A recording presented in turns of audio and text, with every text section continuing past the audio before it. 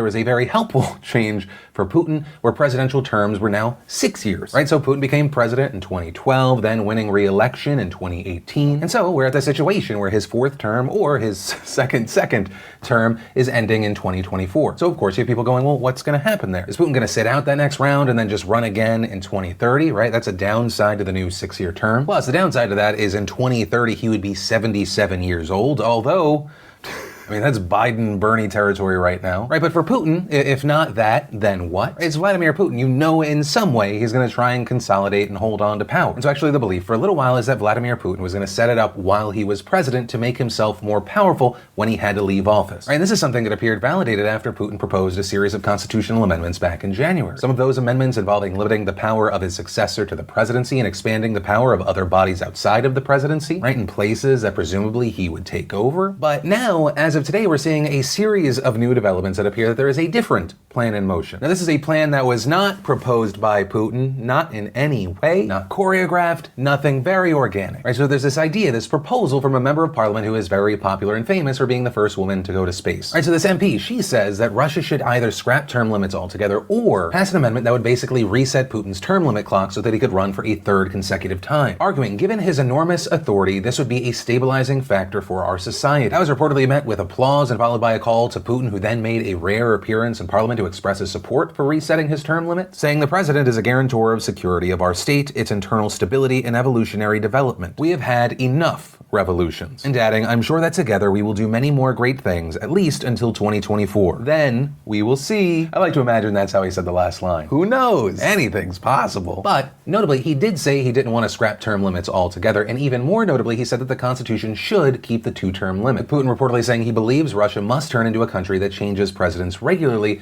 just not now because it's not ready. Which I will say, as a man who believes that rules are incredibly important, but also should not apply to me, I greatly respect. I mean, honestly, Putin's kind of killing it right now, and by it, I mean foreigners in other countries. Jesus. But I mean, really, the word president, I feel like it's just changing internationally. Like if this happens, which it's greatly believed that it will, Putin will join other fantastic and definitely valid presidents like Erdogan of Turkey, President Xi of China. But as far as if this will happen, we'll most likely know on April 22nd. You know, shortly after the theatrics we saw and talked about, the lower house of parliament passed the law to let Putin run again by a huge margin. That law will go to Russia's constitutional court, which will then decide if it's legal, and right now, experts believe that they will find that it is. And from there, it will go to the Russian people, who will vote on it as a referendum on April 22nd, along with other proposed constitutional reforms that will likely be approved by Parliament and the court, including a ban on gay marriage. So, there's that. Also, it's important to note the timing of the situation. The fear of the unknown, the fear of chaos is high right now. I mean, for example, this proposal comes just one day after the value of Russia's ruble dropped to its lowest level in 4 years. And that's because Russia's cooperative agreement with OPEC, the Organization of the Petroleum Exporting Countries, it completely fell apart when Russia refused to agree to oil supply cuts, which the other members are arguing are necessary because oil demand is super low due to the coronavirus. So yeah, just some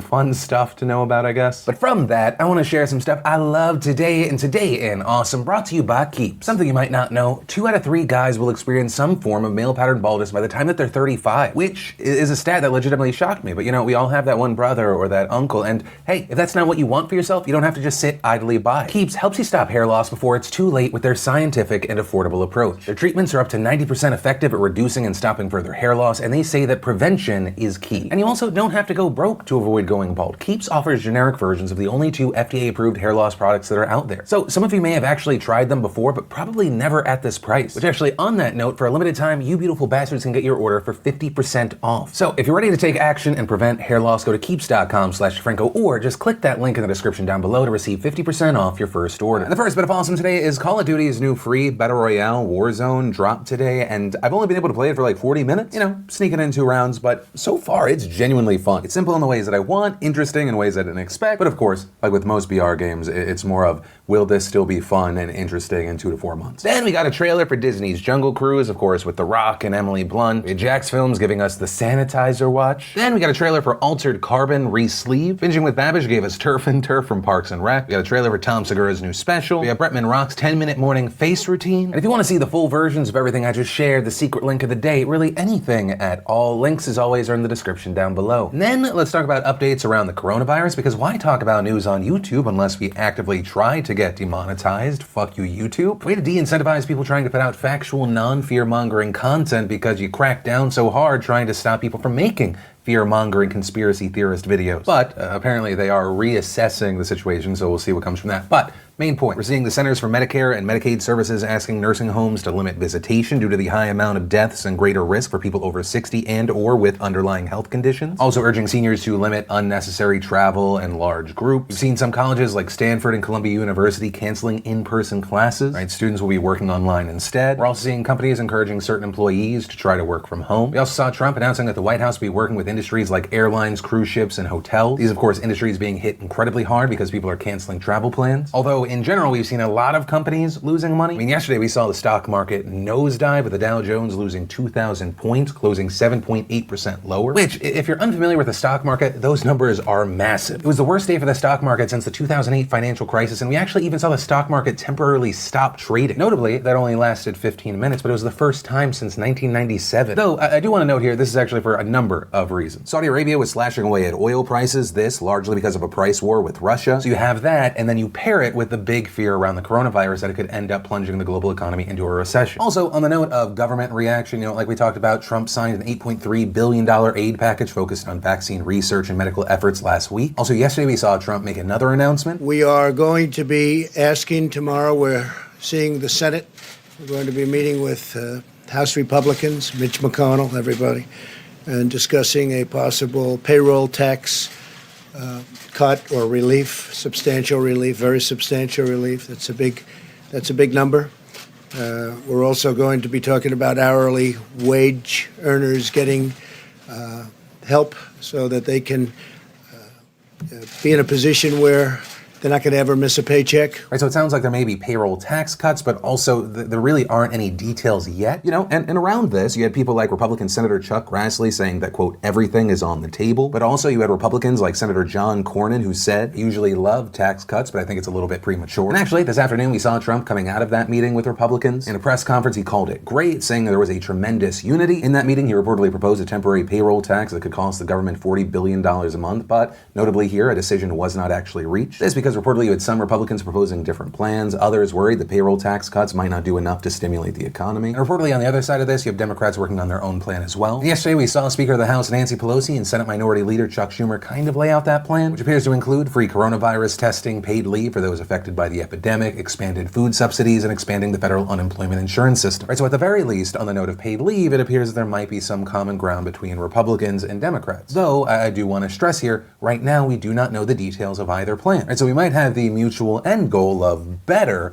but the how, there still might be a difference of opinion. Also, another bit of coronavirus news that we saw came thanks to Fox News and Fox Business News. One of the more viral moments coming from Fox Business News host Trish Regan. The chorus of hate being leveled at the president is nearing a crescendo as Democrats blame him and only him for a virus that originated halfway around the world. This is yet another attempt to impeach the president. And sadly, it seems they care very little for any of the destruction they are leaving in their wake. Losses in the stock market, all this, unfortunately, just part of the political casualties for them. This is a time to be united, not to be pointing fingers, not to be encouraging hate, and yet what do we see? We see the absolute opposite from the left tonight. Right, so going after Democrats and the left, saying that they're politicizing this moment, all while coronavirus impeachment scam is on screen. It also appeared that Donald Trump seemingly supported this, retweeting the video. A number of conservatives seemingly supporting the video, although you saw a number of people criticizing it as well. And among those arguments, saying that Regan is deflecting and projecting for the president, saying she is actually politicizing this moment. And as far as my reaction to that Trish Regan clip, here's what I'll say. I personally, and this is based off of what I've seen from President Trump himself, do not have faith in President Trump when it comes to the coronavirus. And I hope I am wrong. I want the best possible, least damaging outcome. But criticisms of the president's actions or inactions, his proposals, or just the mixed weird things that he says is not some deranged reaction. Right? We have the CDC and the World Health Organization saying what a massive deal this is, talking about how serious it is. We look to other countries and we see how fast the numbers jumped from tens of cases to hundreds of cases to thousands of cases. But still, as recently as yesterday, we had Trump minimizing the situation, once again comparing it to the flu. But then when it serves him, he'll throw away delay the minimization effort, and he'll use it as a reason for him needing to have the border wall made. Even though, according to reports, the director of the Centers for Disease Control and Prevention said Tuesday that he was unaware of any indication from his agency that physical barriers along America's borders would help halt the spread of